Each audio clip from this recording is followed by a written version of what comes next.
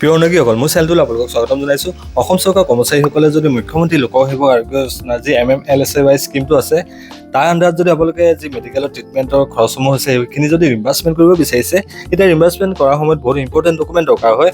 তাৰ ভিতৰত এখন ইম্পৰ্টেণ্ট ডকুমেণ্ট হৈছে recommendation of authorised medical certificate, যিখন আমি হস্পিটেলৰ পৰা কালেক্ট কৰিব লাগে আৰু ডক্টৰে তাত চাইন টাইন কৰি দিয়ে। তো এতিয়া কথা হ'ল সেই চাৰ্টিফিকেটখন আপোনালোকে কেনেকৈ ফিল আপ কৰিব, আজিৰ ভিডিঅ'টো যোৱাতে বা আপোনালোকক সম্পূৰ্ণভাৱে দেখাই দিম আহক। ফাৰ্ষ্টতে এতিয়া এই ডকুমেণ্টখন ক'ত আপোনালোকে পাব সেইটো মই আপোনালোকক দেখাই দিম। যিকোনো এটা ব্ৰাউজাৰ চিলেক্ট কৰি ল'ব কম্পিউটাৰত। তাৰপিছত চাওক, এইটো এটা ৱেবছাইট আছে MMLSAY.Assam.Govt.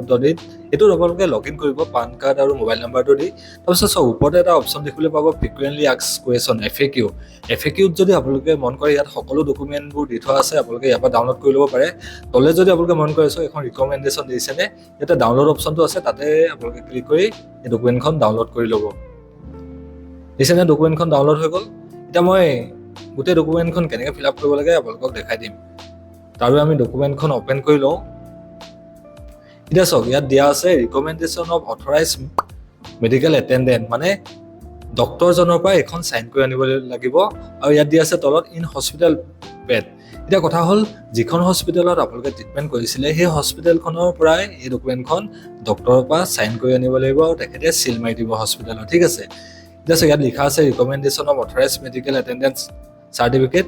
তলত যদি মন কৰে চাওক, this is to certify that Shrimati, অৰ্থাৎ ইয়াত আপোনালোকৰ পেচেণ্টজনৰ নামটো লিখিব লাগিব, যিজন পেচেণ্টৰ ট্ৰিটমেণ্ট চলি আছিলে বা যিজন পেচেণ্ট হস্পিটেলত এডমিট হৈ আছে সেই পেচেণ্টজনৰ নামটো ইয়াতে লিখিব লাগিব। দিছেনে, ইয়াত নেম দিয়ে দিছে অফ, মানে এতিয়া ইয়াতে আপোনালোকে সেই পেচেণ্টজনৰ এড্ৰেছটো দিব লাগিব, তেখেতৰ ঘৰৰ এড্ৰেছটো ইয়াতে গোটেইটো লিখি দিব। পিন নাম্বাৰ লিখিব, PO লিখিব, ভিলেজ ক'ড হয় লিখিব, গোটেই ডিষ্ট্ৰিক্ট ক'ড হয়, গোটেই এড্ৰেছটো ইয়াতে লিখি দিব। ইয়াতে চাওক এড্ৰেছ দিয়া আছে। Next, was under my treatment for, মানে ডক্টৰজনৰ আণ্ডাৰত ট্ৰিটমেণ্ট যে কৰিছিলে, কি কি ট্ৰিটমেণ্ট হৈছিলে, অৰ্থাৎ যিজন পেচেণ্ট এডমিট হৈছিলে তেখেতৰ বেমাৰ কি হৈছিলে বা তেখেতৰ কি অপাৰেশ্যন হৈছিলে, গোটেইখিনি ইয়াতে লিখিব লাগিব।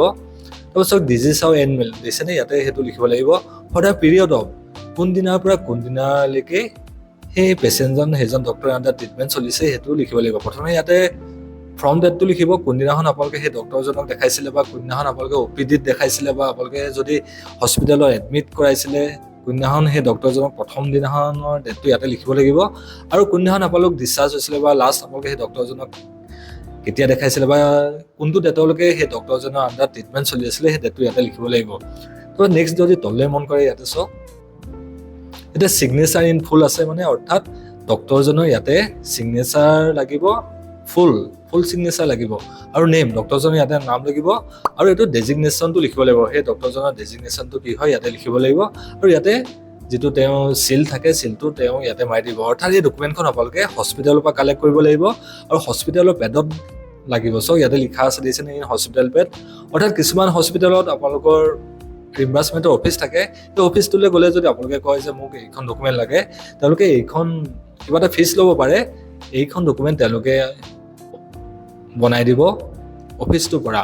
আৰু যদি আপোনালোকে ভাবিছে যে আপোনালোকে নিজেই ইয়াতে গোটেইখিনি ফিল আপ কৰি পেলাই ডক্টৰৰ পৰা চিল আৰু চিগনেচাৰ কৰি পেলাই আনিব পাৰে, তেতিয়া আপোনালোকেও আনিব পাৰে। দুটা অপশ্যন থাকে, আপোনালোকে নিজেও গোটেইখিনি ফিল আপ কৰি ডক্টৰৰ পৰা চাইন কৰি আনিব পাৰে, আৰু আপোনালোকে হস্পিটেলত যদি ৰিকুৱেষ্ট কৰে হস্পিটেলৰ পৰাও গোটেইখন এখন বনাই কৰি আপোনাক দি দিব। কিন্তু এটা কথা আপোনালোকে মনত পেলাব যে হস্পিটেল বেডত লাগিব, এখন এনেই ডাইৰেক্ট এনেকৈ প্ৰিণ্ট আউট কৰি ইয়াত গোটেই ফিল আপ কৰিলে নহ'ব, হস্পিটেল বেডত লাগিব, ঠিক আছে।